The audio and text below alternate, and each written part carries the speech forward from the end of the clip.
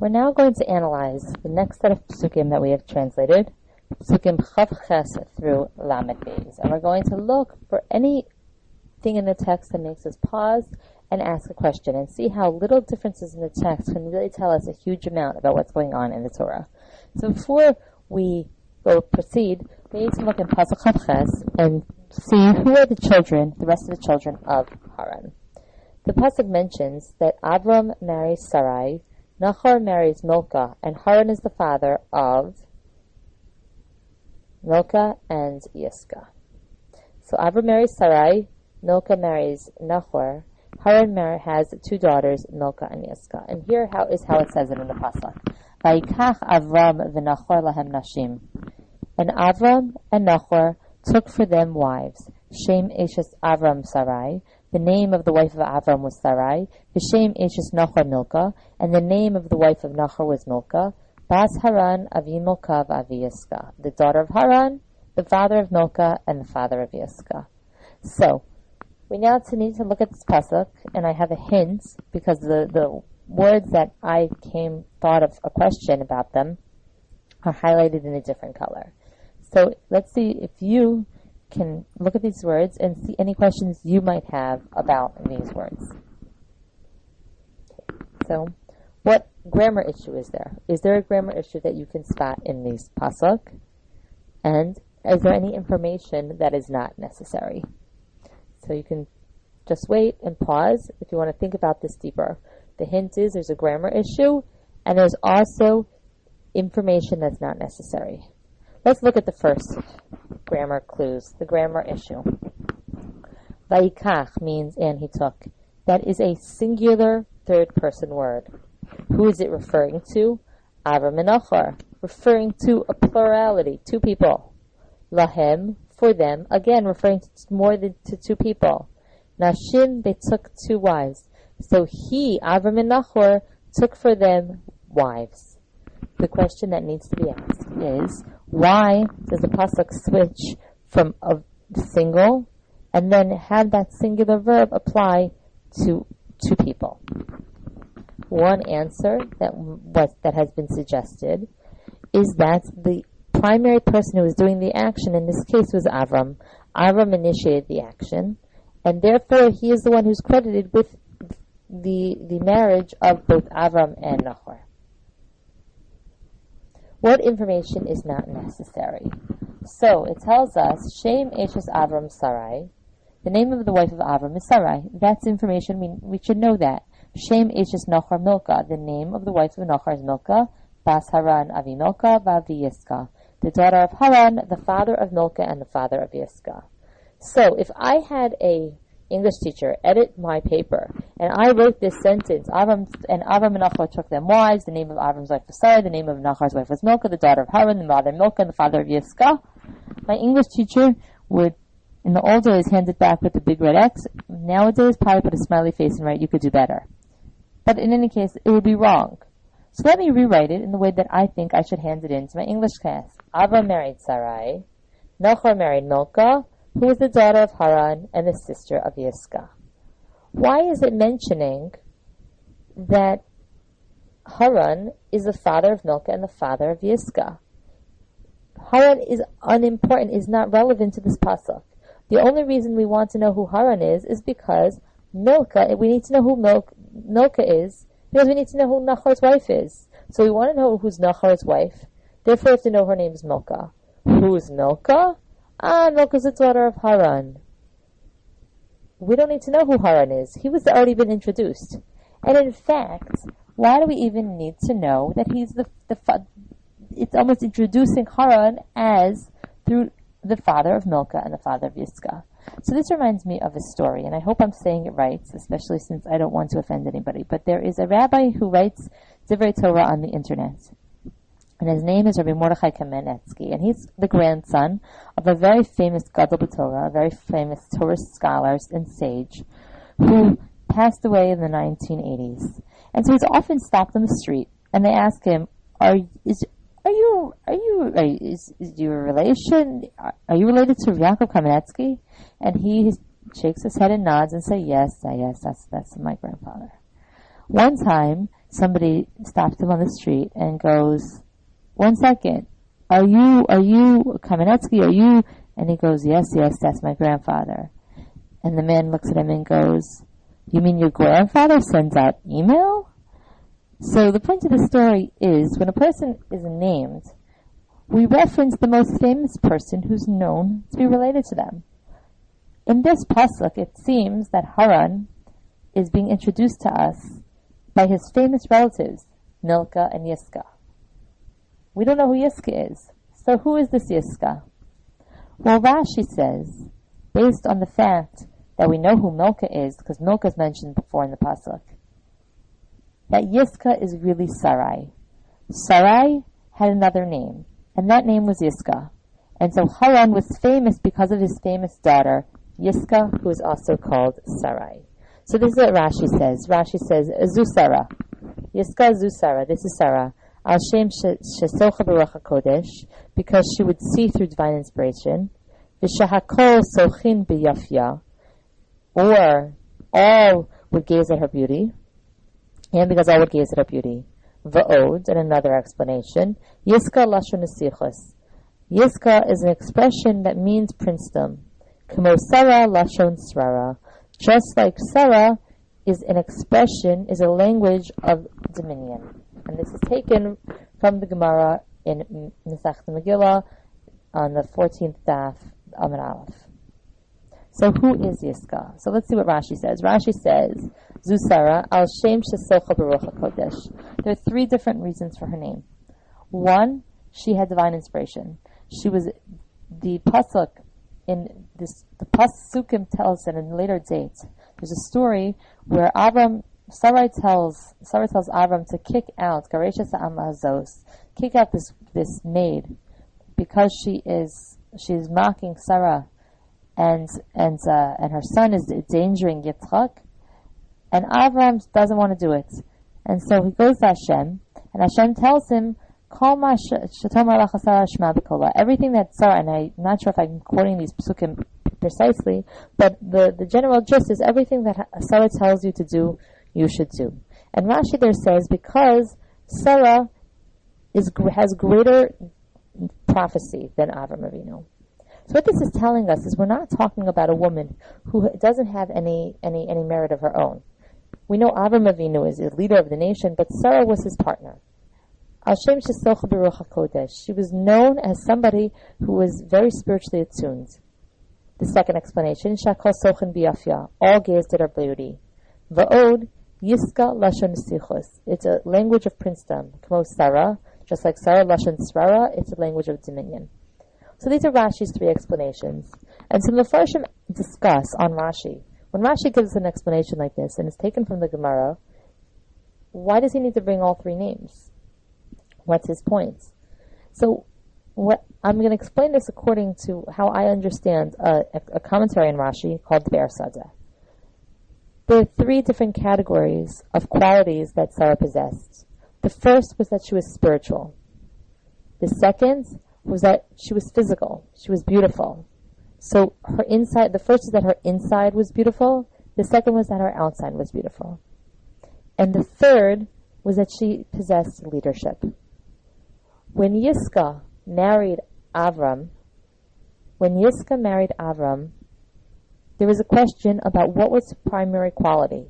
What was it that Avram, according to the Be'er Sadeh, was marrying Yiscah for? Was it because she was divinely inspired, or was it because she was beautiful? And so he changed her name to demonstrate what he felt was her most important attribute to him. And that was her leadership, her ability to take others and lead them to become closer to Hashem. That Yiscah, Zu Sarah, this was Sarah Imenu, who set a precedent and who guided the spiritual development of thousands of women during her generation. And so that's why the pasuk uses the word Yiscah. It's hiding the identity of Sarah, but it's also giving us a hint to her nature. So there are many Mefarshim who discuss why doesn't it just say Sarah, aside from hinting at her name, and there are many different explanations as to why would it be that the pasuk is trying to write this in a way that's ambiguous and unclear. What is it trying to hide? We're not going to address it now. Pasuk Lamed. If you'd like to pause and read it to yourself or read along with me. That will help increase fluency. Vatihi Sarai Akara. And Sarai was barren. Ein la valad.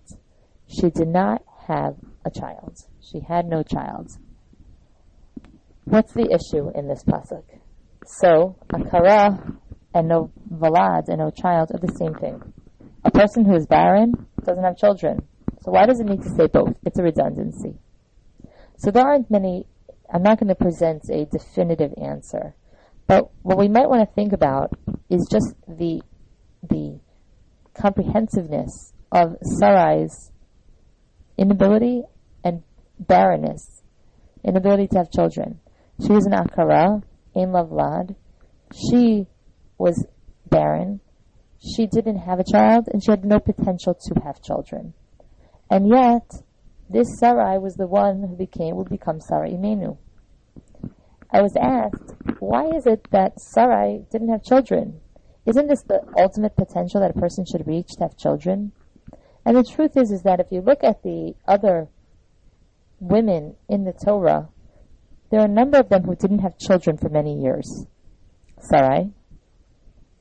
Well, Noach, Naamah's wife, also didn't have children until Noach was 500, but that's not mentioned anywhere, but you might just want to consider that. Sarai was an akara. Rivka was married for 20 years before she had a child.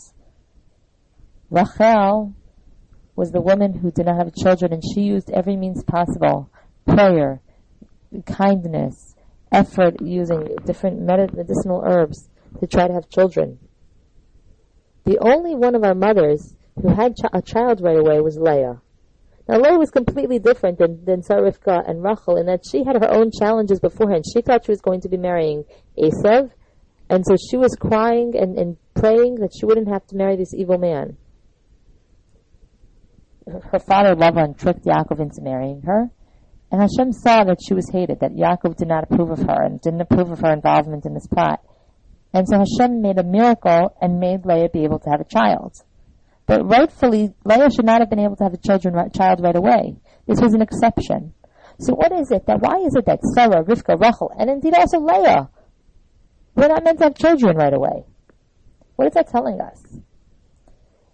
The Chazal say, HaKadosh Baruch Hu misadav l'tfilas tzadikim. Hashem desires the prayers of the righteous. Sarai needed to develop herself into the person who she was to become, to be the mother of the nation. She needed to be 90 years old and work on herself for 90 years, improving herself and perfecting herself, devoting herself to chesed and kindness to others, and dealing with the disappointment of seeing everybody else have children and not losing her faith in Hashem in order to become the mother of our nation. We find very often that people who are confronted with challenges have an opportunity to either rise to those challenges or to succumb to them. Sarai, Rivka, Rachel, and Leah used their opportunity when they did not yet have a child to perfect themselves so they then could change the course of history. We have one more woman who I'd like to mention who also had this challenge, and that was Chana. Chana did not have children for 10 years. She was mocked by Penina. And we've many of us have heard this story about how Chana went to the Mishkan in Shiloh, and Eli saw her, and from her prayers, from Chana's prayers at the Mishkan, where she was so brokenhearted, we learned all the rules of how we are supposed to pray, all the rules for the Shmona Esrei. What was the result of this prayer? Like Sarah, Rivka, Rachel, and Leah, we have Chana had a child named Shmuel. And what was so special about Shmuel? Shmuel anoints David and makes him king, and from David is going to become the Mashiach. So from these women who had no children, who really felt there was no future for them as mothers, we see the whole Jewish nation was saved. And I'd just like to add another story. There was and this is apocryphal, I'm not sure if it actually happened. So there's a story that there was a convention of rabbis where many of the great rabbis of the day gathered around. And he gets up to speak and he says, I want to tell you that the greatest person who changed, the greatest leader of our generation, the person who saved Jewry single-handedly is not amongst any of your grandfathers. It was a shock. Ugh. How could he say that? Does he know who my grandfather was? Talking to the greatest leaders of the generation. And he goes, and I want to tell you further. This person never even opens up a page of Gemara. How can you say that? This person was uneducated. And he continued, this person was Sarah Schneerer, a woman who had no children, a divorcee, who single-handedly started the Beis Yaakov movement, educating in 10 years, I believe it was in 10 years, something like 30,000 students began to get educated in Jewish setting. And there was a revival of Judaism amongst girls who had been leaving their heritage. Sarah Schneerer saw this problem, and she made each girl in Europe her child, and she was able to stem the tide of assimilation that was tearing apart the Jewish homes in Poland and in Hungary. And so we see Vatihi Sarai Akara Ein Lavlad. Why is it the redundancy? Why is it mentioned here? It's important to the story. But even more, it has a very important lesson about what a person can achieve despite their challenges and who are the true mothers of the Jewish nation. Let's continue to the next pasuk. My son in class always says, questions, right? That's how we introduce. Questions. What are the questions? We're going to read this pasuk, read along with me, and we'll delve into it, into the words of the Torah. Vayikach Terach es Avram beno. Terach took Avram his son, Ves Lot ben Haran ben beno. And Lot, the son of Haran, the son of his son. Ves Sarai kalaso eshes Avram beno. Sarai, his daughter-in-law, the wife of Avram, his son. Vayitze, now get ready for a surprise, Vayitzu itam me'or kasdim, and they went out with them from Or Kasdim, Lalachas Artza Canaan, to go to the land of Canaan, Vayava'u ad Haran, and they came to Haran, Vayeshvu sham, and they settled and they lived there. Okay, so look at through this pasuk. You can pause it if you want to think more deeply, and I'm going to go to the next slide where we're going to point out what are some of the questions you might have on this pasuk. Okay, there are a few issues in this pasuk. First of all, we saw it before. Vaikach Avram v'Nachor lehem nashim. Sometimes the Torah doesn't make the verb conjugations agree with the subjects of the pasuk. So Vaikach Terach makes sense, and Terach took as Avram beno. That's fine. Vayetzu itam me'or kasdim, and they went out with them. Who went out with who? Who's talking? Who's this talking about? Vayikach Terach took, and then they went out with him. Them. There are 4 people mentioned in this pasuk, and we don't know who's going out with who. So, I'm just going to bring one explanation, and there are many others, and it's something that the more important thing than getting an answer is actually to get a good question. But I don't want to leave a good question without any answer, so I will provide it here. Vayikach Terach as Avram beno. Terach took Avram his son. Terach in this pasuk is initiating. Let's go back. Terach is initiating the big event that he does in his lifetime. It introduced us, as Ela told us, Noah, Terach. In the next pasuk, in pasuk Lamed Beis, verse 32, Terach is going to die. What was the important event that Terach did? Vayikach Terach as Avram beno, to go to the lands of Israel. Terach initiated Avram leaving the land of Or Kasdim to go to Israel. But Vayetzu, sorry, I keep pronouncing it wrong, Vayetzu itam me'or Kasdim, and they go out with them from Or Kasdim. Who went out with who? 2 people, Lot and Sarai. Sarai and Lot went with Terach, but more importantly, they went with Avram. Avram was the one who they were following.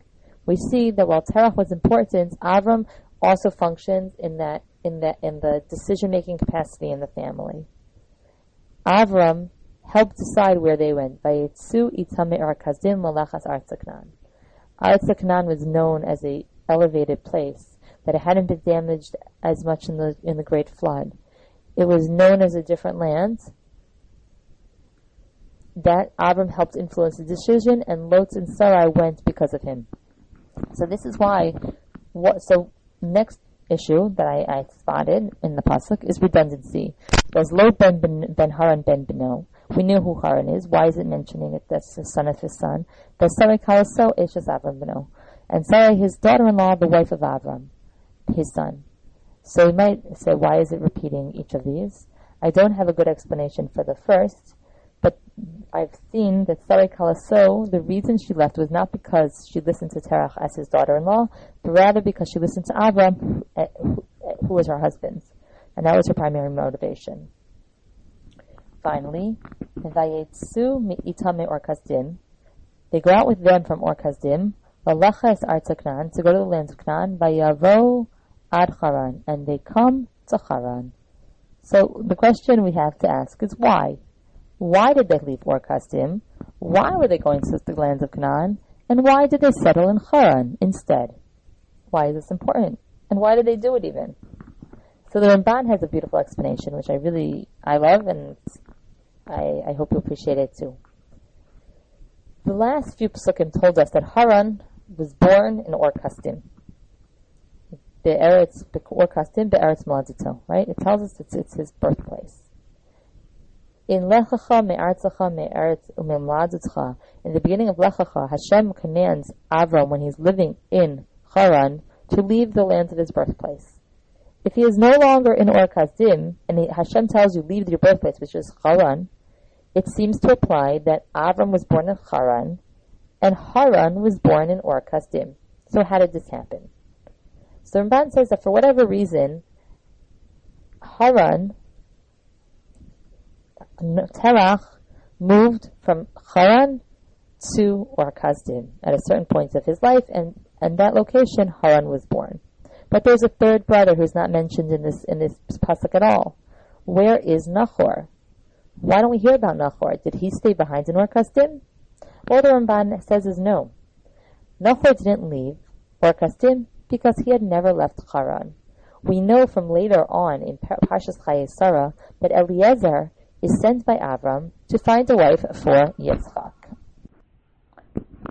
When Avram sent Eliezer to find a wife for his son Yitzchak, he tells him to go to Haran, to the home of his brother Nachor, to find a wife for his son Yitzchak.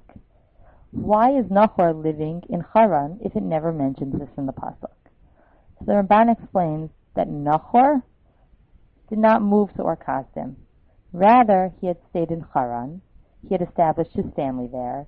He married Milcah. He has a child, Besuel, who has Rivka and Lavan, who we're going to learn about later. So here, Terach is leaving Or Kasdim. Why is he leaving Or Kasdim? Well, if the supreme ruler of the land had thrown one of your sons into a fiery furnace and killed the other one, you probably also want to leave, right? So he was going to hightail it out of there. And where is the best place to go? He's going to the land of Canaan. It's a great location. They speak a different language, and Nimrod doesn't rule that land, so he has no power there. He's safe. Terach says, let's get out of here, let's go to Canaan. And Avram also influences this decision.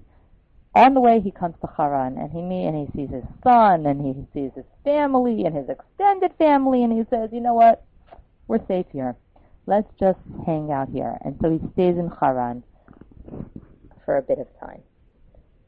Pasuk Lamed Beis. Vayihiu yemei Terach chamesh shanim u'ma'asayim shana vayamav Terach b'Haran. And the days of Terach were 205 years, and Terach dies in Haran. And so, this is the end of the story of Terach. We finished the first biography, our first thematic unit in the Sefer Bereshis. And the next class, we're going to begin preparing for Perek Yud Beis, learning the basics, and then again going through the analysis of the text.